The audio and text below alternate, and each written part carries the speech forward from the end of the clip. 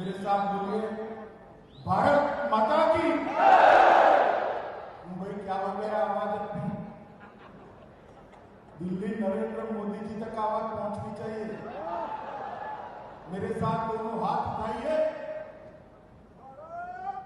और जोर से बोलिए, प्रचंड आवाज से, भारत माता की, भारत माता की।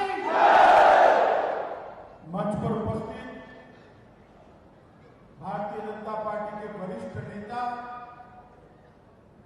और कर्नाटक के लोकप्रिय मुख्यमंत्री श्रीमान येदियुरप्पा जी, मेरे साथ मंच पर उपस्थित कर्नाटक के उप मुख्यमंत्री भाई गोविंद करजोल जी,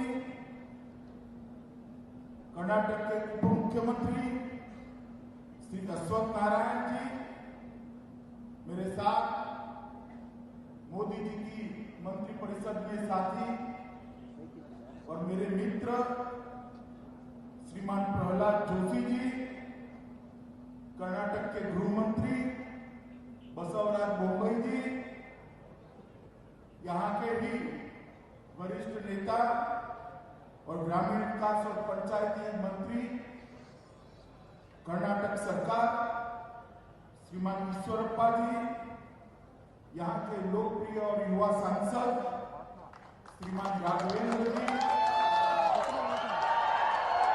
भद्रावती के विधायक संगमेश्वरा जी, और आज जिनके नेतृत्व में कार्यक्रम हो रहा है ऐसे DG CRPF doctor A P. Maheshwari ji, CRPF के inspector general of police Shri R N. Meena ji, और मैं 2.5-3 घंटा लेट होने के बाद भी इतनी बड़ी संख्या में उपस्थित शिवमोगा और भद्रावती के सभी भाइयों बहनों को मैं प्रणाम करता हूं। आज मेरे लिए बड़ा हर्ष का विषय है कि सीआरपीएफ के रैपिड एक्शन फोर्स की 97वीं बटालियन का आज यहां पर शिलान्यास हुआ। मैं गृह मंत्री बनने के बाद लगभग 2-3 महीने में ही श्रीमान येदियुरप्पा जी का एक पत्र आया था कि शिवमोगा में अगर आरएएफ की स्थापना होती है तो कर्नाटक सरकार भूमि देने के लिए तैयार है और आप यहां पर आरएएफ की स्थापना करें। मैं श्री येदियुरप्पा जी को बहुत बहुत धन्यवाद देता हूं गृह मंत्रालय की ओर से कि इन्होंने इनिशिएटिव लिया, भूमि दी, और आज आनंद का विषय है कि उनकी उपस्थिति में यहीं पर शिलान्यास हुआ है और यहीं से कि पूरे दक्षिण भारत गोवा तक ये आरएएफ की जो बटालियन बनने जा रही है 97वीं, वो पूरे दक्षिण भारत और गोवा तक के क्षेत्र के अंदर शांति स्थापना के लिए हमेशा जनता के साथ कंधे से कंधा मिलाकर खड़ी है। लगभग 230 करोड़ की लागत से यहां पर जो निर्माण होने जा रहा है, लगभग 50 एकड़ भूमि कर्नाटक सरकार ने दी है और यहां पर इसके प्रशासनिक भवन भी बनेंगे, कर्मियों के निवास के केंद्र भी बनेंगे, अस्पताल भी बनेगी, केंद्रीय स्कूल भी खुलेगा और खेलकूद के स्टेडियम भी हम यहां पर बनाने वाले हैं। मैं शिवमोगा जिले और भद्रावती के लोगों को कहना चाहता हूं कि यहां पर जो केंद्रीय स्कूल खुलेगा और जो खेलकूद के लिए, स्पोर्ट्स के लिए स्टेडियम्स बनेंगे, इसको इस तरह से डिजाइन किया जाएगा कि इसका फायदा भद्रावती की जनता भी ले सकती है और मित्रों, आज इस शिलान्यास के साथ ही एक आरएएफ का नया अध्याय 97वीं बटालियन के रूप में यहां से जोड़ा गया। मगर आज का दिन एक दूसरी दृष्टि से भी बहुत महत्वपूर्ण दिन है, क्योंकि पूरा विश्व लगभग 1 साल से ज्यादा हम कोरोना के खिलाफ लड़ाई लड़ रहे हैं। कई लोगों की पूरी दुनिया में जाने पड़ी, कई लोगों को शारीरिक क्षति उठानी पड़ी, और ये कोरोना के खिलाफ जंग शायद अब तक के इतिहास में मानव जात के सबसे कठिन थी। मगर मोदी कहते हुए आनंद है कि पूरे विश्व में सब जगह सब लोग अपनी अपनी तरीके से कोरोना के वायरस के खिलाफ एक जंग लड़े। समग्र मानव जात इकट्ठा होकर अपनी सोच, अपने इनोवेशन, अपनी जितना भी ज्ञान था उसको परस्पर सहयोग से देते हुए इस जंग को लड़ा। मगर मुझे कहते हुए आनंद है कि भारत के अंदर हमारे प्रधानमंत्री नरेंद्र मोदी जी के नेतृत्व में कोरोना के खिलाफ सबसे सफल जंग दुनिया में अगर कहीं लड़ी गई है तो भारत। जब कोरोना का वायरस आया, फैलने लगा, दुनिया भर के हेल्थ क्षेत्र के अंदर काम करने वाले विद्वान चर्चा कर रहे थे कि कुछ देशों की क्या स्थिति है। हमारे देश का भी उसमें नाम सुना, क्योंकि आबादी हमारी 130 करोड़ से ज्यादा, हेल्थ इंफ्रास्ट्रक्चर तैयार नहीं था। मुझे बरोबर याद है कि सिर्फ एक लेबोरेटरी थी जो कोरोना का टेस्टिंग कर सकती थी। आज 2000 से ज्यादा लेबोरेटरी कोरोना का टेस्टिंग कर लोगों के लिए सुविधा है, और पूरे दुनिया भर में चर्चा कितनी बड़ी आबादी वाले देशों के अंदर क्या स्थिति। मगर आज जब टीका भी शुरू हो गया है, तब पीछे मुड़कर देखते हैं तो विश्व के सभी आंकड़ों का अभ्यास करने से मालूम पड़ता है कि सबसे कम प्रतिशत मौतें अगर कहीं हुई है तो अपने भारत में हुई है, और सबसे ज्यादा लोग अच्छे होकर अपने परिवार में गए हैं। लड़ाई को नरेंद्र भाई के नेतृत्व में हम लड़े। वो लड़ाई की सफलता का मूल मंत्र क्या है? मोदी जी का दीर्घ दृष्टिपूर्ण नेतृत्व तो है ही, ऊर्जावान नेतृत्व तो है ही। राज्यों के सभी मुख्यमंत्रियों ने भी इसके अंदर बहुत अच्छे तरीके से सहयोग किया। मगर दुनिया का कोरोना के खिलाफ लड़ने का तरीका और भारत के तरीके में अंतर है तो एक ही है। दुनिया में सरकारें कोरोना के खिलाफ लड़ी, और भारत में सरकारें तो लड़ेगी मोदी जी के नेतृत्व में। इसके साथ साथ 130 करोड़ की जनता भी कोरोना के खिलाफ लड़ाई लड़कर यशस्वी होकर सबको साथ रखने का ये जो पद्धति है, सबको साथ रखने का ये जो संस्कार मोदी जी ने पूरे कर्मचारियों के अंदर भरा है, इसके कारण ही हम सफल। और मित्रों, आज हम सब भारतवासियों के लिए आनंद का विषय है कि अपने ही देश में बने हुए 2 वैक्सीनेशन के माध्यम से लड़ाई को हम अंतिम चरण में ले जाने में सफल हुए हैं। आज सुबह ही मोदी जी ने वर्चुअल तरीके से ये टीकाकरण की वैक्सीनेशन प्रोग्राम की शुरुआत की। कर्नाटक के अंदर भी 3000 से ज्यादा सेंटर बनाए गए हैं, और आज 3000 सेंटरों पर टोकन रूप से शुरुआती दिन होने के कारण 100 लोगों को टीका लगाया गया। मतलब 3 लाख लोगों को आज टीका लगाया जाएगा, और कल से एक गति 5 गुना और बढ़ेगी। मित्रों, भारत सरकार ने तय किया कि सबसे पहले टीका किसको, तो हमारे स्वास्थ्य कर्मी जो अपने जान की परवाह करे बगैर कोरोना के खिलाफ लड़ते, कई लोग कोरोना ग्रसित भी, कई लोगों की मृत्यु भी हुई, मगर जान की परवाह करे बगैर लोगों की सेवा करते। हमारे सुरक्षा कर्मी जिन्होंने भी फ्रंटलाइन वॉरियर की तरह इसका सामना किया, कई सारे सुरक्षा कर्मियों और राज्य के पुलिस कर्मियों ने अपनी जान गंवाई। ढेर सारे यातायात से जुड़े हुए लोग, सफाई कर्मचारी, ये सब ने अपने जान की परवाह करे बगैर कोरोना के खिलाफ लड़ाई के अंदर बहुत बड़ा योगदान दिया। उनका अधिकार बनता है कि सबसे पहले टीका उनको लगाया जाए। मगर कुछ लोग इसको भी वक्र दृष्टि से अलग अलग गलत गलतफहमियां फैलाने का प्रयास करें।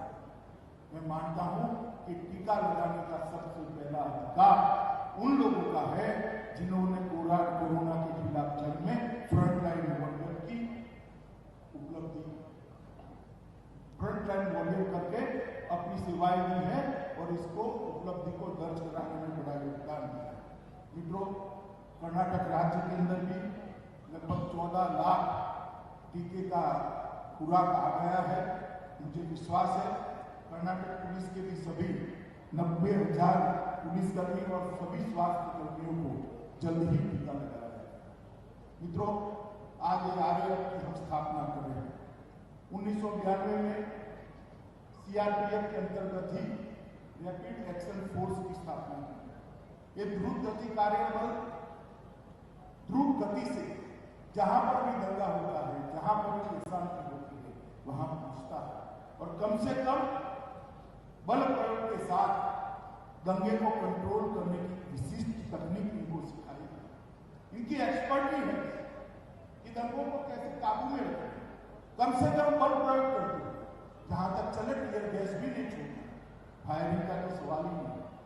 अपनी उपस्थिति से ही वो शांति स्थापित करने में बड़े सफल रहे और मुझे आज कहने में कोई संकोच नहीं है कि 92 से लेकर आज तक जो आरएएफ का इतिहास है वो जिस उद्देश्य के लिए स्थापना की गई थी वो उद्देश्य को 100% अचीव करने में आरएएफ सफल हुआ। और इसलिए देश के गृह मंत्री के नाते रैपिड एक्शन फोर्स के सभी जवानों को, सभी अधिकारियों और सीआरपीएफ जिसके अंतर्गत रैपिड एक्शन फोर्स काम करती है, इसके डीजी माहेश्वरी जी को भी हृदय से बहुत बहुत साधुवाद देना चाहता हूं कि 92 से शुरू की हुई यात्रा आपने सफलतापूर्वक यहाँ पर। मित्रों, मोदी जी की सरकार आने के बाद कानून और व्यवस्था की स्थिति पर ढेर सारा ध्यान दिया। वैसे तो कानून और व्यवस्था हमारे संविधान के अंदर राज्य का विषय है, मगर 2018 में 5 नई बटालियन सीआरपीएफ की बनाने का निर्णय केंद्र सरकार ने लिया और उसको विशिष्ट प्रकार से ट्रेनिंग की भी अलग से व्यवस्था करने पर का काम किया। लगभग हमने एक तो संस्था बनाई है ट्रेनिंग के लिए और ट्रेनिंग की संस्था ने ढेर सारे राज्य के पुलिस कर्मियों और आर्मी के भी जवानों को इसकी स्पेशल ट्रेनिंग देने का काम किया है। चाहे पुरी की जगन्नाथ यात्रा हो, चाहे अहमदाबाद की जगन्नाथ यात्रा हो, चाहे सबरीमाला के अंदर कुंभ होता हो, चाहे इलाहाबाद के अंदर कुंभ होता हो, हरिद्वार के कुंभ होता हो, रैपिड एक्शन फोर्स का जवान अपने नीले कलर के कपड़ों के साथ खड़ा होता है तो सब महिला, बच्चे, बूढ़े सभी नागरिकों को आश्वस्तता होती है कि अब यहाँ पर दंगा नहीं हो सकता, यहाँ पर स्टैंडर्ड नहीं। और एक तो विश्वसनीयता खड़ी हुई, तो भरोसा लोगों का कमाया वो रैपिड एक्शन फोर्स के जवानों ने अपने कर्म के आधार पर, अपनी एक्सपर्टी के आधार पर। और इसी का परिणाम है कि आरएएफ के अंदर यूएन मिशन ने भी रैपिड एक्शन फोर्स को स्पेशल निमंत्रित किया। 2006 में हमारी 125 महिला कर्मी अफ्रीका और लाइबेरिया में गई और शांति मिशन का हिस्सा बनी और भी जवान हुए। और मुझे कहते हुए गर्व है कि वहां पर भी सबसे अच्छा काम करने का सर्टिफिकेट अगर दुनिया भर में किसी को मिला तो आरएएफ के जवानों को मिला। ये बहुत बड़ी बात है। सीआरपीएफ ने बहुत सारे लोगों को जोड़ने के लिए अभियान चलाए। सीआरपीएफ ने गांधी जी की 125वीं जयंती पर एक साइकिल अभियान चलाया। गांधी आश्रम से लेकर दिल्ली तक 27 मेडिकल कैंप लगाए। 87 से ज्यादा छोटे बड़े जल तालाबों का पुनरुद्धार किया और ये सारा सीआरपीएफ के तहत आरएएफ के माध्यम से किया गया। मित्रों, सीआरपीएफ हमारा सबसे बड़ा बल, 3.5 लाख जवान इसके अंदर काम करते हैं और इसकी स्थापना हम सबको जिसके प्रति अपार सम्मान है ऐसे लोक पुरुष देश के प्रथम गृह मंत्री सरदार वल्लभ भाई ने 1950 में। और जब से सीआरपीएफ की स्थापना हुई तब से लेकर आज, चाहे आसाम के अंदर अशांति फैली हो, चाहे कश्मीर के अंदर अशांति फैली हो, चाहे कहीं दंगा हुआ है, चाहे नॉर्थ ईस्ट के अंदर जरूरत पड़ी है, चाहे तमिलनाडु के अंदर जरूरत पड़ी है, इंसर्जेंसी के खिलाफ, नक्सलवाद और माओवाद के खिलाफ अगर लड़ना हो, बस्तर के जंगलों में जाना है, आंध्र और तेलंगाना के जंगलों में, महाराष्ट्र के जंगलों में जाना है, तो हर जगह देश की सुरक्षा के लिए सीआरपीएफ का जवान प्रथम प्राथमिकता होती है। पहली पंक्ति में अगर आप किसी को देखेंगे तो सीआरपीएफ के जवान। मित्रों, चाहे बाढ़ आई, चाहे कोई बहुत बड़ा साइक्लोन आया, हमारे सीआरपीएफ के जवान जनता के कंधे से कंधा लगाकर रहते हैं। और आज 250 से ज्यादा बटालियन है और 3.25 लाख से ज्यादा जवानों का कार्यबल देश के लिए, देश की सीमाओं की सुरक्षा, आंतरिक सुरक्षा और देश की जनता के मनोबल को बढ़ाने के लिए हमेशा आगे बढ़ा है। और मित्रों, मुझे कहते हुए गर्व है कि जहां पर भी जान देने का, सर्वोच्च बलिदान देने का भी जरूरत पड़ा, सीआरपीएफ का जवान कभी पीछे नहीं आया। देश की रक्षा के लिए हमेशा आगे। हम देखें तो कुल मिलाकर देश की आजादी के बाद लगभग 34,800 से ज्यादा पुलिसकर्मी और सेंट्रल पैरामिलिट्री फोर्सेस के जवानों ने अपने बल जान दिया हुई। मित्रों, हम पुलिस को एक अलग दृष्टिकोण से देखते हैं। कुछ पिक्चरों के अंदर जो छवि बनी है, मगर उनके जितना कठिन जीवन शायद ही उनकी ड्यूटी के कोई घंटे नहीं। आप बैंक के कर्मचारी होंगे तो 10 से 5 करके 5:30 बजे आपके बच्चों के साथ, आपकी पत्नी के साथ, आपके माता पिता के साथ पहुंच सकते हो। पुलिस के जवान को छुट्टी नहीं। रक्षाबंधन के दिन आप अपनी बहन के साथ, आप अपने भाई के साथ आराम से रक्षाबंधन का त्योहार मनाते हो, होली, दीपावली, मगर यहाँ पर छुट्टी नहीं। उस दिन विशेष ड्यूटी होती है। एक मैं गृह मंत्री नाते कहना चाहता हूँ कि सबसे कठिन ड्यूटी अगर कोई निभाता है सभी सरकारी कर्मचारियों में, तो वो पुलिस का जवान। मित्रों, न स्वास्थ्य की चिंता, न समय पर खाना, न जरूरत जितनी शरीर को जितनी जरूरत उतनी नींद प्राप्त होना, मगर हमेशा हंसते हुए ड्यूटी पर लगे। मगर हमें पुलिस को देखने के नजरिए में बदलाव लाने की जरूरत है।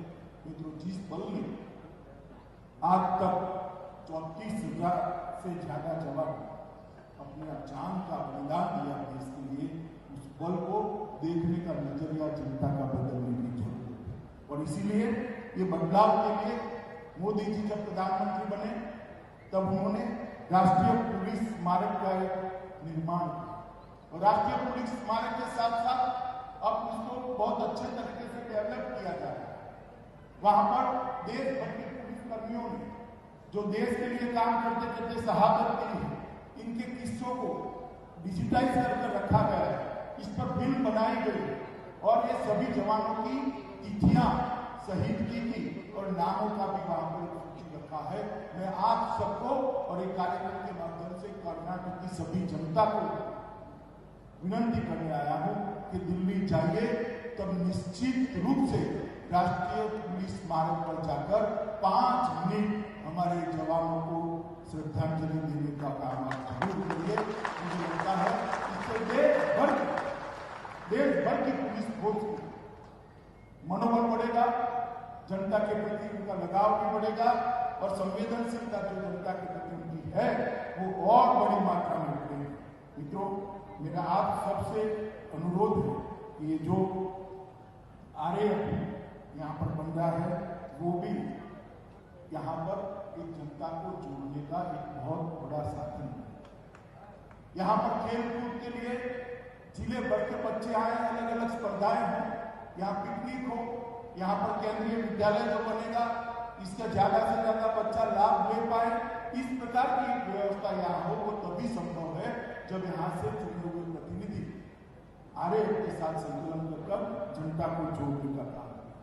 मित्रों, मोदी जी के नेतृत्व में कानून और व्यवस्था को मजबूत करने के लिए अभी अभी ही संसद के अंदर राष्ट्रीय रक्षा यूनिवर्सिटी और राष्ट्रीय फोरेंसिक साइंस यूनिवर्सिटी की स्थापना है। राष्ट्रीय फोरेंसिक साइंस यूनिवर्सिटी अपने आप में पूरी दुनिया में पहली यूनिवर्सिटी है जो फोरेंसिक साइंस पर ही विद्यार्थियों को पढ़ाएगी और इसको एक्सपर्ट कर देश के फोरेंसिक साइंस के क्षेत्र के अंदर बहुत बड़ा बदलाव है। इसी प्रकार से जो बचपन से स्वप्न देखते हैं मुझे सुरक्षा के जुड़े हुए कामों में जुटना है, उसकी विशिष्ट ट्रेनिंग के लिए राष्ट्रीय रक्षा यूनिवर्सिटी बनाई है।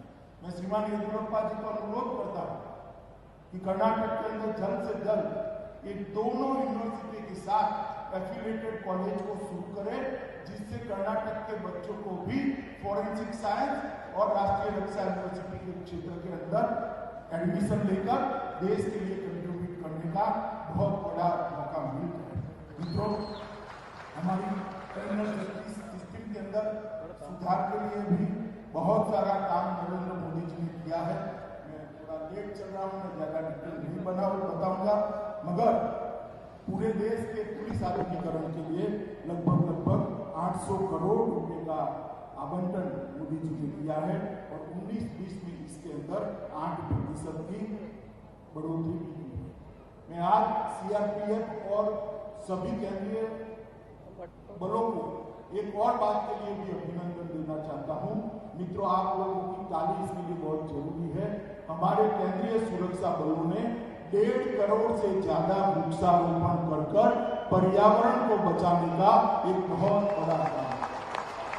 1.5 करोड़ से ज्यादा वृक्ष, और मैं आपको उनकी ओर से विश्वास दिलाता हूं कि हमने जो व्यवस्था की है, हर वृक्ष के साथ कौन सा जवान को अटैच किया, और अगर पौधा मरता है, पौधा फेल होता है, तो इसकी अभी से नर्सरियां बनाकर रिप्लेसमेंट की भी व्यवस्था की है। और मैं स्वयं महीने में एक बार इसको देख रहा हूं। मुझे श्रद्धा है कि जो बीज आज हमारे जवानों ने बोया है, 5 साल के अंदर एक वृक्ष बनकर पूरे भारत के पर्यावरण की सेवा करने के लिए बहुत आगे आएगा। और आरएएफ के 15 बटालियनों ने भी कई सारे शहर और गांव के लिए एक विशेष अभियान चलाकर ये पेड़ों को बोने का काम किया है। पुलिस कर्मियों के लिए आवास योजना के तहत लगभग 3000 करोड़ की लागत से 13,000 घरों का निर्माण, 113 बैरकों का निर्माण भारत सरकार ने किया है।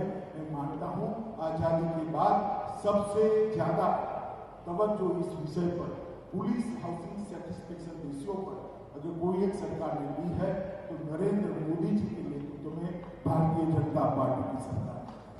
मित्रों, हमारे सुरक्षा बल के पुलिस कल्याण भंडार, केंद्रीय पुलिस कल्याण भंडार चला, हमने निर्णय किया है कि केंद्रीय पुलिस कल्याण भंडार के अंदर अब से सिर्फ स्वदेशी चीजें ही मिल पाएगी, जो भारत में बना है वो ही। और मोदी जी ने जो लोकल फॉर वोकल इसका नारा दिया है, आत्मनिर्भर भारत का नारा दिया है। मित्रों, अगर 130 करोड़ भारतवासी तय कर दे तो हम इसी चीजों का उपयोग करेंगे जो भारत में बनी है, तो 5 ट्रिलियन डॉलर की इकोनॉमी बनते हुए हमें कोई नहीं, और विश्व का सबसे बड़ा बाजार बनते हुए।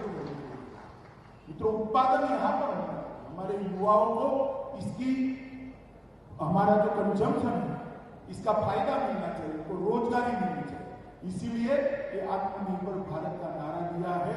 मैं आज आप सभी को भी अपील करना चाहता हूं कि मोदी जी के आत्मनिर्भर भारत के नारे से आप जुड़िए और इसके साथ अपने आप के देश की सेवा करने का मौका दीजिए।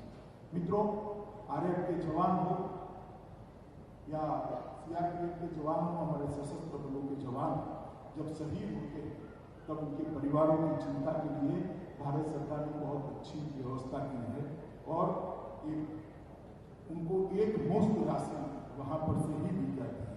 इसके साथ साथ अक्षय कुमार के सहयोग से हमने भारत के वीर ट्रस्ट का भी निर्माण किया है, जिसके अंदर जनता डोनेशन देती है और 15 लाख रुपया अलग से देती है। तो हर जवान को शहीद होते ही जो पेंशन वगैरह मिलेगा वो तो अलग से भर मिलेगा, परंतु इसके साथ साथ उसको एक 50 लाख से ज्यादा राशि ये दोनों मिलाकर सीधा उनके परिवारजनों के अकाउंट में पहुंचे, इस प्रकार की हम लोग व्यवस्था करेंगे। मैं मानता हूं कि मोदी जी के नेतृत्व में देश हर क्षेत्र के अंदर प्रगति कर रहा है। कोरोना जैसी विनाशक महामारी में से भी हम सफलतापूर्वक बाहर निकले और आज टीकाकरण की शुरुआत हुई है। कुछ ही महीनों के अंदर ये टीकाकरण पूर्ण होगा और हमारा देश पूर्ण रूप से कोरोना महामारी से मुक्त होकर फिर से द्रुत गति से, स्पीड से, तेज गति से विकास की दौड़ पर दौड़ने लग जाएगा। मुझे भरोसा है मित्रों, आइए हम सब मिलकर मोदी जी के आत्मनिर्भर भारत का एक स्वप्न को साकार करें। और यहाँ पर जो सारे भवन बन रहे हैं, मैं आरएएफ और सीआरपीएफ को भी जवानों को कहूँगा कि ईंट और सीमेंट के बने हुए भवन कभी उद्देश्यों को सब पूरा नहीं करते। भवन के अंदर जो आपकी भावना होगी वो ही उद्देश्य को पूरा करती है। तो आप भी लोगों के साथ जुड़कर, लोगों को प्रति संवेदनशीलता रखकर इस भवन के अंदर लोग भी जुड़े, ऐसा ही यहाँ पर 97वां बटालियन हो। फिर से सभी सीआरपीएफ और आरएएफ के जवानों को मेरी अनंत शुभकामनाएं देकर मेरी बात को समाप्त करता हूँ। वंदे मातरम।